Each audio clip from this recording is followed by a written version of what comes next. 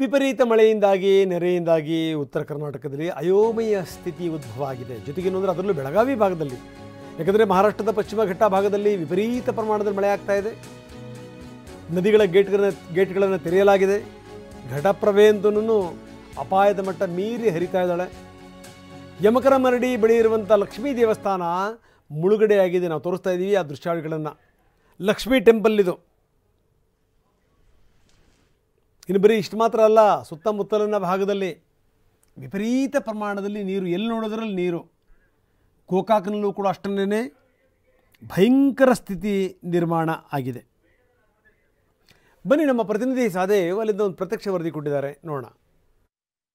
ಪಶ್ಚಿಮ ಘಟ್ಟ ಭಾಗದಲ್ಲಿ ಧಾರಾಕಾರವಾಗಿ ಮಳೆ ಆಗ್ತಾ ಇರುವಂಥ ಕಾರಣಕ್ಕಾಗಿ ಸದ್ಯ ಘಟಪ್ರಭಾ ನದಿಗೆ ಅಪಾರ ಪ್ರಮಾಣದಲ್ಲಿ ನೀರು ಹರಿದು ಬರ್ತಾ ಇರುವಂಥದ್ದು. ಇದೇ ಒಂದು ಕಾರಣಕ್ಕಾಗಿ ಘಟಪ್ರಭಾ ನದಿಗೆ ಅಡ್ಡಲಾಗಿ ಕಟ್ಟಿರುವಂತಹ ಹಿಡ್ಕಲ್ ಜಲಾಶಯ ಏನಿದೆ, ಆ ಜಲಾಶಯ ಕೂಡ ಈಗ ಸಂಪೂರ್ಣವಾಗಿ ಭರ್ತಿಯಾಗಿರುವಂಥದ್ದು. ಅದರಲ್ಲೂ ಮುಖ್ಯವಾಗಿ ಯಮಕನಮರಡಿ ಏನು ಗ್ರಾಮ ಬರುತ್ತೆ, ಅದರ ಹಿಂಬದಿಯ ಈಗಾಗಲೇ ಹಿಡ್ಕಲ್ ಜಲಾಶಯದ ನೀರು ಬಂದಿರುವಂಥದ್ದು. ಇದು ಏನಿದೆ ಘಟಪ್ರಭಾ ನದಿಯ ಹಿನ್ನೀರು, ಹಿಡ್ಕಲ್ ಜಲಾಶಯ ಏನು ಕಟ್ಟಿದ್ದಾರೆ ಅದರ ಹಿನ್ನೀರು ಈ ರೀತಿ ಅಪಾರ ಪ್ರಮಾಣದಲ್ಲಿ ಬಂದು ಜಮಾವಣೆಗೊಂಡಿರುವಂಥದ್ದು. ಸದ್ಯ 51 TMC ಸಾಮರ್ಥ್ಯದ ಹಿಡ್ಕಲ್ ಜಲಾಶಯ ಈಗಾಗಲೇ ಬಹುತೇಕ ಭರ್ತಿಯಾಗಿರುವಂಥದ್ದು.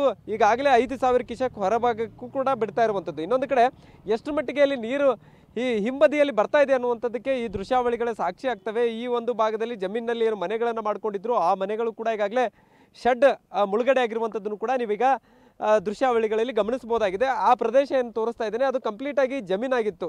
ಆದರೆ ಈಗ ಬಹುತೇಕ ನೀರು ಬಂದಿರುವಂಥ ಕಾರಣಕ್ಕಾಗಿ ಎಲ್ಲವೂ ಕೂಡ ಸಂಪೂರ್ಣವಾಗಿ ನೀರಲ್ಲೇ ನಿಂತುಕೊಂಡಿರುವಂಥದ್ದನ್ನು ಕೂಡ ಗಮನಿಸಬಹುದಾಗಿದೆ. ಅಲ್ಲಲ್ಲಿ ಜಮೀನಿನಲ್ಲಿದ್ದಂತಹ ಶೆಡ್ಗಳು, ಅದರ ಜೊತೆಗೆ ದೇವಸ್ಥಾನಗಳು ಕೂಡ ಮುಳುಗಡೆ ಆಗಿರುವಂಥದ್ದನ್ನು ಗಮನಿಸಬಹುದಾಗಿದೆ.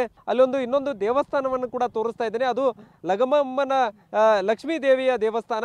ಸೊ ಆ ದೇವಸ್ಥಾನ ಕೂಡ ಈಗಾಗಲೇ ಜಲಾವೃತಗೊಂಡು ಬರೀ ಆ ಒಂದು ದೇವಸ್ಥಾನದ ಅಂಚುಗಳು ಮಾತ್ರ ಕಾಣಿಸ್ತಾ ಇರುವಂಥದ್ದು, ಮೇಲ್ಛಾವಣಿ ಮಾತ್ರ ಕಾಣಿಸ್ತಾ ಇರುವಂಥದ್ದು. ಅಂದರೆ ಎಷ್ಟರ ಮಟ್ಟಿಗೆ ಇಲ್ಲಿ ನೀರಿದೆ ಅನ್ನುವಂಥದ್ದಕ್ಕೆ ಈ ದೃಶ್ಯಾವಳಿಗಳೇ ಸಾಕ್ಷಿ ಆಗ್ತವೆ. ಒಟ್ಟಾರೆ ಒಂದು ಕಡೆ ಪಶ್ಚಿಮ ಘಟ್ಟ ಭಾಗದಲ್ಲಿ ಭಾರಿ ಮಳೆ ಆಗ್ತಾ ಇದೆ, ಇನ್ನೊಂದು ಕಡೆ ಘಟಪ್ರಭಾ ನದಿಗೂ ಕೂಡ ಅಪಾರ ಪ್ರಮಾಣದಲ್ಲಿ ನೀರು ಹರಿದು ಬರ್ತಾ ಇರುವಂಥದ್ದು. ಇಲ್ಲೊಬ್ಬರು ಸ್ಥಳೀಯರಿದ್ದಾರೆ, ಅವ್ರನ್ನ ಮಾತಾಡಿಸ್ತೇನೆ ಯಾವ ರೀತಿಯಾದಂಥ ಪರಿಸ್ಥಿತಿ ಇಲ್ಲಿದೆ ಅನ್ನುವಂಥದ್ದನ್ನ.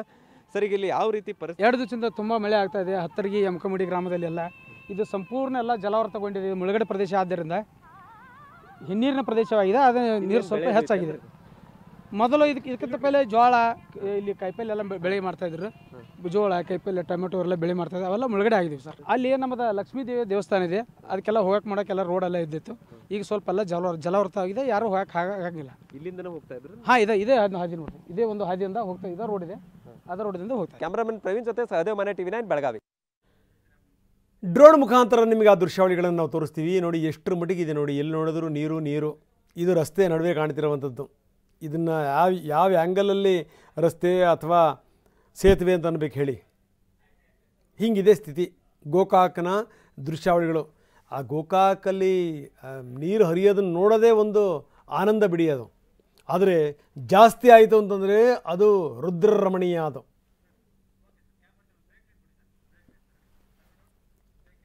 ಘಟಪ್ರಭಾ, ಮಲಪ್ರಭಾ ನದಿಗಳು ಯಾವ ರೀತಿ ಉಕ್ಕಿ ಹರಿತಾ ಇದ್ದಾವೆ ಆ ದೃಶ್ಯಾವಳಿಗಳನ್ನು ನಾವು ನಿಮಗೆ ತೋರಿಸ್ತೀವಿ. ಯಾಕಂದರೆ ಈ ಮಹಾರಾಷ್ಟ್ರದ ಪಶ್ಚಿಮ ಘಟ್ಟದ ಭಾಗದಲ್ಲಿ ಸುರಿಯುತ್ತಿರುವಂಥ ವಿಪರೀತ ಪ್ರಮಾಣದ ಮಳೆ, ಬಾಗಲಕೋಟೆನಲ್ಲೂ ಕೂಡ ಇದೇ ಸ್ಥಿತಿ ಇದೆ. ನದಿ ಅಪಾಯದ ಮಟ್ಟ ಮೀರಿ ಹರಿತಾ ಇದೆ. ನಾವು ತೋರಿಸ್ತಾ ಇದ್ದೀವಿ ನೋಡಿ, ಪಕ್ಕದಲ್ಲೇ ಕಬ್ಬಿದೆ, ಬೆಳೆದಂಥ ಬೆಳೆ ಮುಗಿತು ಕತೆ. ಬಾಗಲಕೋಟೆಯ ದೃಶ್ಯಾವಳಿಗಳನ್ನು ನಾವು ನಿಮಗೆ ತೋರಿಸ್ತಾ ಇದ್ದೀವಿ. ಮಲಪ್ರಭಾ ತೀರದಲ್ಲಿ ಪ್ರವಾಹದ ಭೀತಿ ಎದುರಾಗಿದೆ. ಅಪಾಯದ ಮಟ್ಟ ಮೀರಿ ಹರಿತಾ ಇದ್ದಾಳೆ ಮಲಪ್ರಭೆ. ಗೋನಕೊಪ್ಪ, ಕೊಣ್ಣೂರು ಕಿರು ಸೇತುವೆ ಕೂಡ ಮುಳುಗಿದೆ. ಮುಳುಗುವಷ್ಟರ ಮಟ್ಟಿಗೆ, ಸೇತುವೆ ಮುಳುಗುವಷ್ಟರ ಮಟ್ಟಿಗೆ ನೀರು ಬಂದಿದೆ ಅಂತಂದರೆ ಇನ್ನು ಯಾವ್ಯಾವ ಭಾಗದಲ್ಲಿ ನುಗ್ಗಬಹುದು. ಇನ್ನು ತುಂಗಭದ್ರದು ಕೂಡ ಅದೇ ಕಥೆ. ರಾಯಚೂರಿನ ಸುತ್ತಮುತ್ತ ಅಪಾಯದ ಮಟ್ಟ. ರಾಯರ ಏಕಶಿಲಾ ಬೃಂದಾವನ ಸಂಪೂರ್ಣ ಜಲಾವೃತಗೊಂಡಿದೆ. ಇನ್ನು ಜಲಚರಗಳು ಸಿಕ್ಕ ಜಾಗಗಳಲ್ಲಿ ನುಗ್ಗುತ್ತಾ ಇವೆ.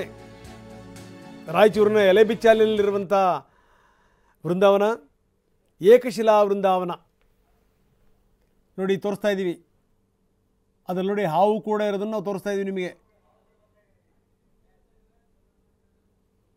ಜಲಚರಗಳು ಕೂಡ ಅಲ್ಲಿ ಇಲ್ಲಿ ನೋಡಿ, ಈ ಕಡೆ ಒಂದು ಹಾವಿದೆ ಗೋಡೆ ಮೇಲೆ,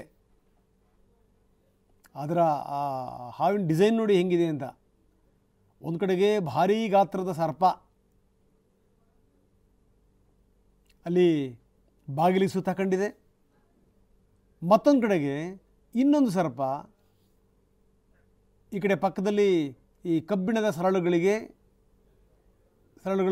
ನೋಡಿ, ನಾವು ತೋರಿಸ್ತಾ ಇದ್ದೀವಿ ಎಲೆ ಬಿಚ್ಚಾಲಿಯ ದೃಶ್ಯಾವಳಿಗಳು.